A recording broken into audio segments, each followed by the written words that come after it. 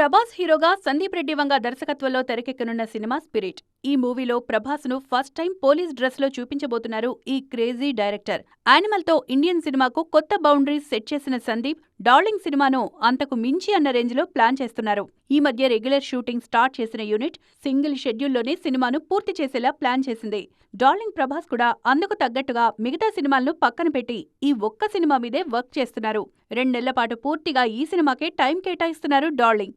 Already background score అంతా complete చేసిన దర్శకుడు సందీప్ షూటింగ్ విషయంలోనూ ఎక్కువగా వేస్టేజ్ లేకుండా ప్లాన్ చేసుకుంటున్నారు. దీనికి తోడు సందీప్ సినిమాలకు పెద్దగా గ్రాఫిక్ వర్క్ ఉండదు కాబట్టి పోస్ట్ ప్రొడక్షన్ కూడా ఎక్కువ టైం పట్టదు. ఇవన్నీ సినిమా రిలీజ్ కు హెల్ప్ కానున్నాయి.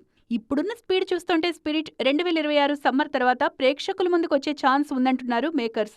అదే జరిగితే ఓ పాన్ ఇండియా హీరో కెరియర్లో అత్యంత వేగంగా పూర్తయిన మూవీగా స్పిరిట్ నయా రికార్డ్ సెట్ చేయడం ఖాయమని అంతా అంచనా వేస్తున్నారు. మరి నిజంగా సందీప్ అలాంటి రికార్డ్ సెట్ చేస్తారా? Let's wait and see.